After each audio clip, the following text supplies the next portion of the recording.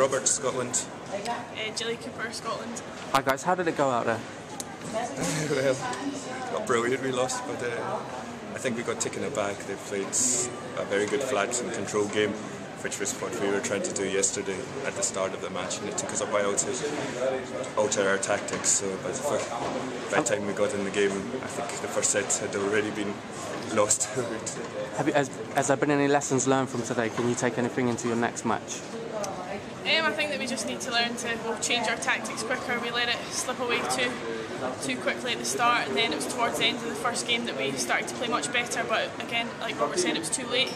In the second game we were with them all the way up to 15-all, and then unfortunately we just made a few cheap points that they aren't going to give you at that level, so I think that's just another learning point.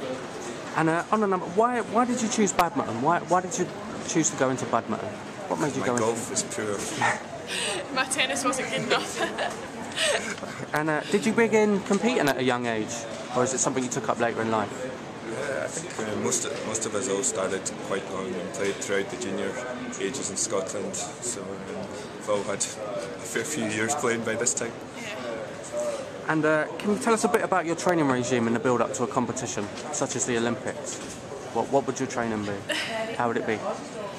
Well, towards a tournament, for example, our training gets a lot lighter. It's a lot shorter sessions and a lot sharper work. Because normally we train twice a day for about 2.5 hours each session, whereas towards the competition we'll do about an hour in the morning, an hour in the afternoon. It'll be a lot lighter. So. Okay, and how do you cope with the pressure and weight of expectation before competitions?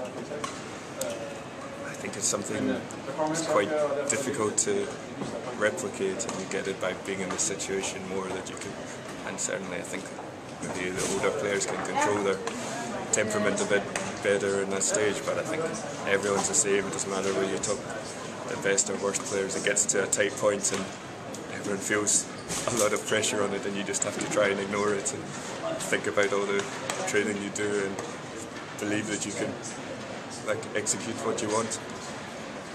And how does playing alongside somebody else affect your performance, or does it affect your performance? I think it's quite good to work with someone else. I'd rather be out there with someone by myself, to be honest with you. And obviously you can encourage each other, so it's like a teamwork. So it's, I think it's really good to have someone else out there with you. And what does it mean to you that the Olympics 2012 are being held in London? Does it have any special meaning for you?